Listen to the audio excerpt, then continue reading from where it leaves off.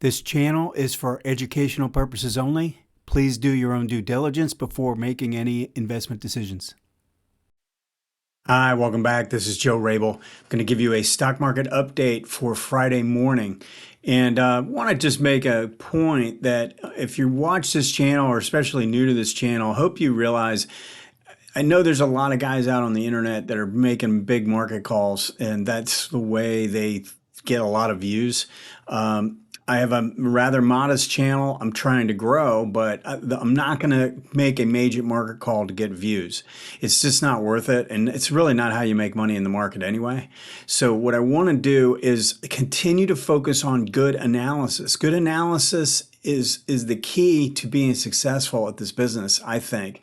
And what I mean by that is instead of making a projected market call, you follow and go down to smaller time frames to identify when there's a shift in trend on those and the momentum so that you can give educated guesses as to when something is getting ready to reverse or change its trend, or at the same time maybe set up as a new buy. So that might be where we are right now. So let's go ahead and get into this. And I've got my market conditions on the left, and as you can see, for the most part, I mean, we've got a decent amount of positives still in place, and that has shifted over the course of 2023. We were mostly in 2022, we were mostly on the negative side to neutral to negative.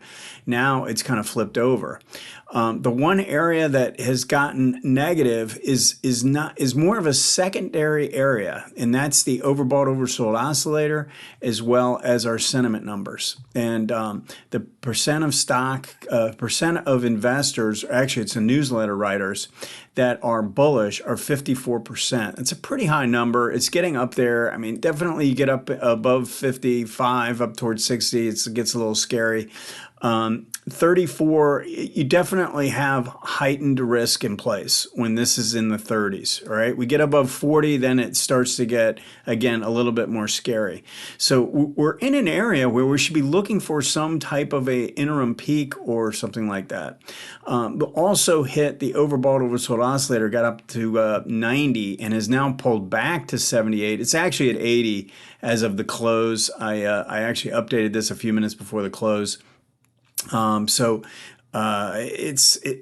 anything above 70 is considered overbought. It hit 90 or so, and now we're around 80. So it does look like it's pulling back a little bit, but it's still in the overbought territory, and that's taking place while the sentiment is up. So we do have that increased risk of a pullback still. Now, what I like to do when I'm in this position is start to look at the next area, which is the volatility, and say, okay, now, if I know I'm looking for a pullback, is that a pullback that's going to happen just on a daily chart, or is it going to happen on the weekly? Now, look at the average true range on the weekly and how it just continues to trend to the downside. And I've been saying this for quite some time. I mean, this really starting at the beginning of this year, we saw a shift in this line, and this turned positive. This has been positive all year, okay?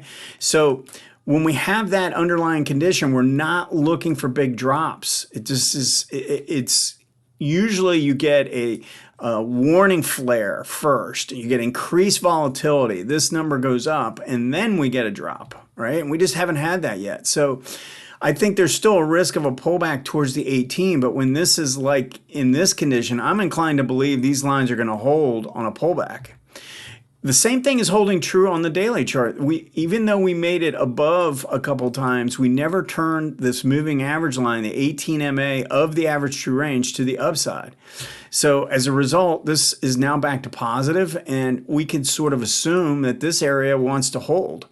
When we get into the trend and momentum, we'll look at this a little bit more closely and talk about a little bit more in more detail how you want to be more focused on the here and the now than trying to predict whether the market's getting ready for its next big drop. I mean, again, it's pretty prevalent out there. Now that I'm on Twitter, I see all these people, they just love to make big market calls. And I'm probably doing it all wrong to if I'm trying to create this big footprint presence out there on YouTube. Again, I think I'd rather teach a group of people that are serious about learning how to make money and do it right than have a huge amount of people that I just think are looking for a quick fix or make money really, really fast. And I think this is more of a sustainable approach. So let's go ahead and look at this the 4 time frames. And as I mentioned last week, the monthly chart, we're on our 3rd month above the 18-month line. All right, we have to respect that. We have to respect that this is improving. When this line actually flattens out and starts to cup around, then we can actually change the market conditions to positive for the trend. For the momentum, I really want to see this green DI do a little bit more than it's done. And I'd certainly like to see the MACD cross back above its signal line, but I don't see anything egregiously negative either. So I have both of these at neutral, both the trend and momentum on this time frame. Now, this is the key time frame. This is really the trend time frame, and that's why I keep drawing a channel line on this trend, because I think that's really how we define what's taking place. I also want to define where resistance comes in. So if you notice where these are kind of meeting up, I think that's a pretty key area up there. That's something to watch. It's right around 4550 to 4600 in the S&P, and on this index, somewhere right around 450 is what we're on the lookout for. Now, we have shown improved momentum. The MACD has actually been pretty positive since March.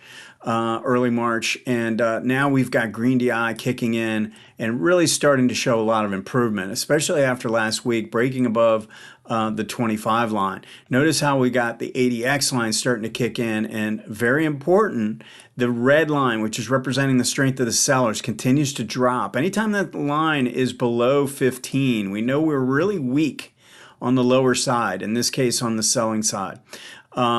Notice the volume pattern too. All these big green bars in there starting to show signs that the buying is decent.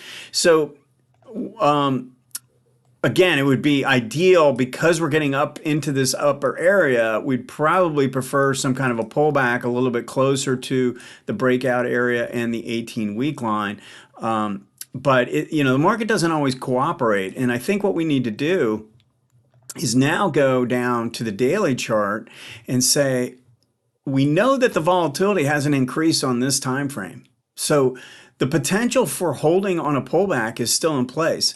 We still have pretty good momentum conditions here. I don't see any signs of real divergence. A little bit of volume selling. You can see this big red bar here. I mean, a couple of days are maybe a little bit stronger, but I don't see anything all that troubling. Now, when we go down to the smaller time frame, if you notice on the hourly, during this corrective pattern, which is really just an ABC correction that's caused the 18 to cross down below the 40, look at what the MACD did. This is the one that's really jumping off the screen for me. It's come down a decent amount, and enough to make me think that I don't want to just take the first signal. I don't want to just, look for some kind of a trend line break to get long. I don't necessarily just want to get long the moment it crosses back above those moving averages. You could do that. You could definitely do that and use this as your stop and give it a shot. But I'm more inclined in the way that this is overrun. A lot of times when it overruns like this, what this will do is it'll come back up and it'll kind of bump its head on the 0 line and then come back down. And then the second time through is really the signal that we want to be on the lookout for. So it can play out in one of two ways. I'm just going to show this. And I think this will help some of my subscribers too, who I know bring this up periodically. So we could go up here and cross above the 40 and then pull back to the 18 this way. So that would be a bullish scenario. And in most cases, that's going to be a pinch play. The second way this could play out is it could just kind of bump its head up here and just come straight back down and re-break the 18. And if it played out like that, then the MACD is going to come down and make kind of a double bottom, have more of a double bottom look to it. And the second time up, the second time it crosses over is where you might be looking at it if we don't go to a new low. So think about this. We go into the zone and then come out. So this is a trigger too for anyone who's taken my course, right? If it plays out that way. This would be a trigger 3 where we just cross back above and then we'd be looking for the first pullback, right? So we're just trying to define what is taking place and then follow the rules that I've given in the course in terms of using the criteria that MACD and ADX is telling us. So we know we're in an uptrend on the daily, and we know we're looking for an entry on this time frame. The question becomes, does this just go into the zone and go down? And if that happens, then we're going to break the 18, and this 18 is going to roll over, and then we know that we're probably going to work our way down on this time frame and get a setup. So this is how I go about doing this. I don't pre-guess. I am not going to go in here with some preconceived notion that there's no way this trade is going to work. I don't think that way. I'm saying, look, I know I've still got room up to 450 on this trade. That's a decent amount of room in this. It could be peaking right here. Right? I mean, I'm not saying that it's not. I'm just not going to make that. I'm not going to make a judgment call. I'm going to do really good analysis. And right now, this side is telling me I can still take a trade. And this side hasn't given me a trigger yet. If you follow your rules that way, I think you're going to be a lot better off than trying to come in and make some big market call. All right? No, I want to make that point today because I just think it's really important, and I'm going to try and kind of continue to harp on that over the course of the next few months.